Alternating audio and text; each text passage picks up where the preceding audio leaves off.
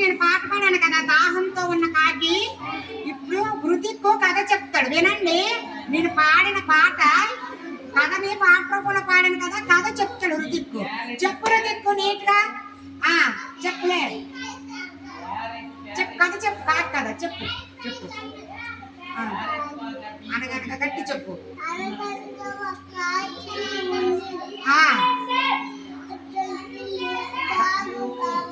ఎప్పు దాహం.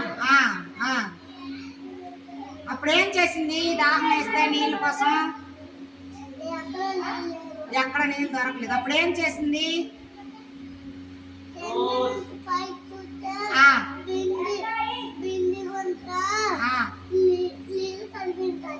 పైనుండి చూస్తే నీళ్ళు బిందుతో కనిపించా. అప్పుడేం చేసింది? రాళ్ళు పిక్కలు తెచ్చి ఎలాగేసింది?